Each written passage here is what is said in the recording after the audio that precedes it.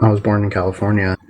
I have some very early memories from there. The first one was maybe kindergarten. I remember being out on the plane over to me, and they beat me up, and they knocked the wind out of me, and I just remember that feeling. And it's kind of funny because it's come back getting beat up, but not getting the wind knocked out of me when something would happen.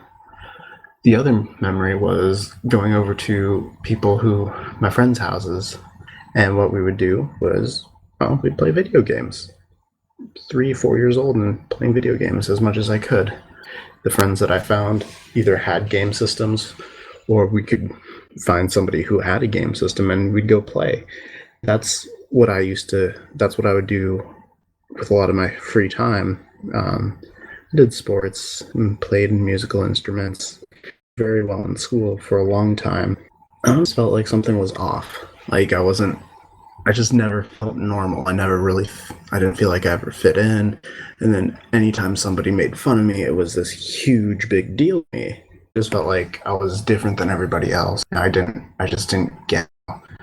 I pretended. Lasted throughout my life, I would tend to be who the people around me were. And what that did for me was that allowed me to go through, especially in high school, how there's all these different cliques and everything. That allowed me to go through every single clique there was in high school and get along with people fine because I would see how they acted, how they talked, what they said, how they moved, and I would mimic it. So I would just fit right in with everybody, but I never felt that connection.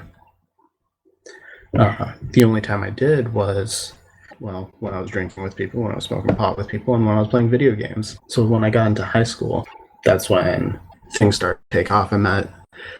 Because I met this guy, Sam.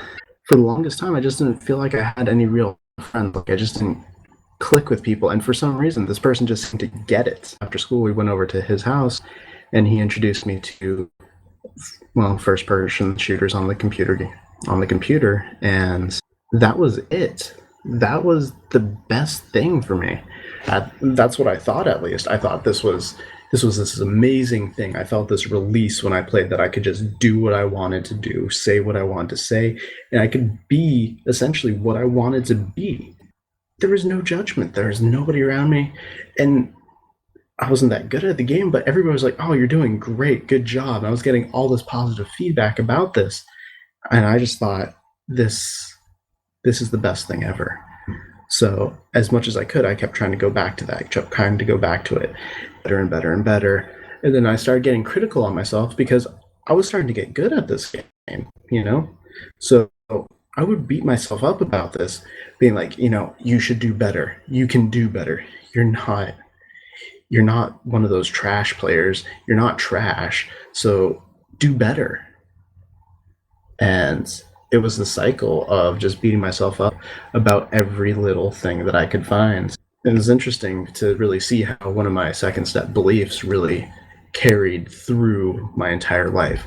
That if I don't do what I'm told to do, then I'm a bad person. It stemmed from this thing that I always would hear my dad say. He says it sometimes still, not too much anymore, but he would always say, I prefer machines, or I prefer computers over people, because computers will do exactly what you tell them to do. It might not be what you want, but it's exactly what you told them to do. However, people, they rarely do either. And so that was something that I carried with me, that if I would do exactly what you told me to do, then I was okay. Doesn't matter if it was what you wanted me to do. I can't read your mind. What you told me to do, if I did it, I was good. If not, then, well, I was a bad person. So back in high school, again, I got into some trouble, and I got sent away for about 10 months into this wilderness facility for rehabilitation. And that was the first time in my life that I've ever been separated from games for that long. I was working a program of recovery for something else, and it was probably one of the best times of my life. I was great. I was getting in shape and everything. And I got back, and I had practiced recovery for all these others, but it didn't occur to me that gaming was really what was going on with me. That maybe gaming was what was the problem. So I got back, and you know what I did? I spent maybe a week hanging out with my parents, hanging out with some friends, and bam, I was right back into gaming. But this time it was worse than ever. I was playing every day, all day, because I didn't have a job. I wasn't going to school. So I would wake up maybe 8 or 9 in the morning, I'd be playing up until midnight, 2 in the morning. My parents are going, "What are you doing? You can't be doing this. You need to get a job, or you need to go to school, or you're out." So I decided, well, I'll just go to school. So I started going to the local community college, and things went well for a while. I was able to kind of moderate my gaming. I was able to get my assignments done, get everything in, and life was kind of cool. That progressed, and I got a job, but the cycle began to happen where I would just work. I'd get off work, I'd go to school, get home, and just say, I don't want to do my homework. Don't you know, I worked for 8 hours this day. I went to school for another 4 or 5. I just want to take a break. I deserve this break. So then I would get home at maybe 8 o'clock at night, and I'd game until 5 the next morning. I started skipping class to play games. I started not doing my homework to play games. And my grades started to drop from getting like A's and B's that I was used to starting getting C's, and then a D or two, maybe an F. I failed a E class. I had this judo class that I failed, and literally the only thing I had to do to get an A in the class was just show up. I never showed up, and I didn't even drop the class because I was too busy. I had better things to do. Playing a video game was more important to me than not getting that F by dropping the class, taking maybe all of 15 seconds, because that was 15 seconds I could have played gaming, that I could have spent gaming or researching about my game to be better at my game. So that progressed, and it took me, I think, 4 or 5 years to earn associates, which is a 2-year degree. It took me about 5 years to taking full-time classes because I was dropping, and I was dating this girl, and it was just all bad. Like, gaming was just my go-to response of things. The girl did something, so what was my response? Instead of, maybe I should clean up the situation, maybe I should not be with this person. No, that's not the problem. I'm just going to play games over it, because that was the way to fix it. Was, I'll show you, I'm going to go play a game for 24 hours straight. I'm going to go play games for this amount of time. So I had an opportunity to go live with my uncle in Hawaii, and instruction work to get from all my problems. So I moved. I didn't bring my computer with me. I get to play too much games, but I did play some.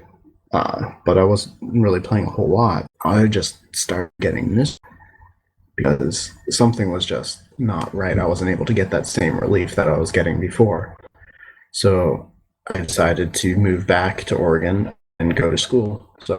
So I did. I enrolled at Portland State University, and I started out. The first week was great. I was connecting with people. I was making friends. Well, that's what it looked like, at least. I didn't make any connections with anybody. Those rooms that were full and packed with people, I was alone. I just couldn't get that all these people were here having a good time. They were connecting with each other. I just didn't get that connection, because the more amount of people you put me around, the more alone I would feel. I just felt so lonely, so I would leave these events, leave these functions to go home and play. And back up on my pattern again of not going to class, not doing my homework, missing on my obligations to play video games. I would go, we'd have week-long LANs, I'd stay up for multiple days straight playing, drinking lots of energy drinks, and doing this whole huge cycle. And it just wasn't working for me anymore. I became hopeless. I was depressed. I wanted to kill myself. There were times where I was ready to go do it. There was a night where I had been drinking a lot too, and I was playing games, and I just felt absolutely worthless. I felt useless, like I couldn't do anything right. So the answer was, well, let's climb up to the top of my 10-story dorm and jump. So I started to do that. I started to climb up the stairs, and I just The funny thing was, I ran out of alcohol. I can't do this if I'm not drunk. So I went back. Eventually, I got a dismissal letter from the school because I had been failing my classes, saying ship up or ship out, and I got kicked out. And one of my friends, who was to become my academic mentor, I called her within 2 minutes.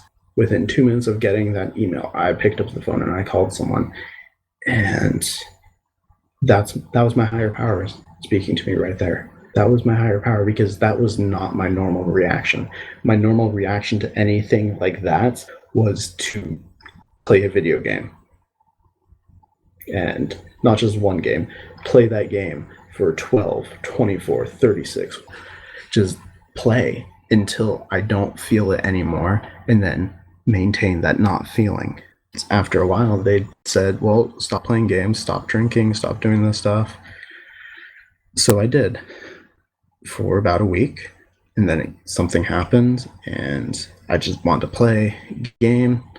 And I convinced myself, well, I can just play one, because I'm not an addict. I can just play one game. So I did. I played that one game and I put it down the next day. Yeah, so yesterday, look, I played one game and I was able to put it down. That means I can play two today, right? So I played two and I put it down. The next day, well, I played two yesterday and that seemed to be like a good medium. Let's play two today. So I played two, then I played two more, then I played two more, then I played two more, and then holy shit, it's 4 a.m. again. It's like, okay, well, that was just a bunch of bad choices that I made. That wasn't me. That was just a mistake. That was a fluke. That was an anomaly. Let's try it again. So I stopped playing for another week or two. This cycle kept going from about midway in June up until the beginning of September. And I had, sometime around September, I had gotten up to about a week. And I was just hopeless at this point, because I realized that I couldn't stop on my own. I needed help. That something was wrong. And I had looked for fellowships, and my mentor had suggested like finding help and going to groups like AA and things like that. And I remember thinking like, that stuff won't work for me. I don't want to do that, because, well, I didn't consider myself an alcoholic or an addict, you know? Those things were my problem. It was these video games, and they don't treat video games at those fellowships, right? So I looked up online, and I found this fellowship, and I decided, well, maybe I should go look. Well, let's just try playing again. And then, anyways, it just didn't work out very well. I had made it about a week. I was feeling hopeless again, and I just didn't know what to do. And I had decided that, you know what, this is going to be my life. I'm not going to be able to stop gaming. I'm just going to be gaming for the rest of my life. Better get used to it, get some more computers so I can actually make a living and make money off of this. And this is how my life's going to go. I'm just holding a bunch of meaningless jobs and gaming when I can't do anything else. And I remember I was crying, I was depressed, and I just felt worthless. And I sat down, and on my computer I had 2 monitors. On my second monitor, I had the forum pulled up, and I saw there was one person in a chat room. So my higher power told me, go into that chat room and just talk to somebody, see what they have to say. And I'll never forget that, because that was when everything changed. Lisa was in the room, and she invited me to come to one of the meetings that was on Step Chats. That was the last time I've ever played a video game, was before then. And, you know, I'm not going to say that I don't have problems, because I still have problems. I still am dishonest. I still lie about things. I still push friends away. But I'm working on becoming a better person. And I'm working on realizing that it's not about me, because my life isn't. My life is about other people, because everybody has given me gifts. Everybody has given me the gift of their time, and seeing the impact it's make on other people, even little things, they make huge differences. Oh no, all I got, so thanks for letting me share.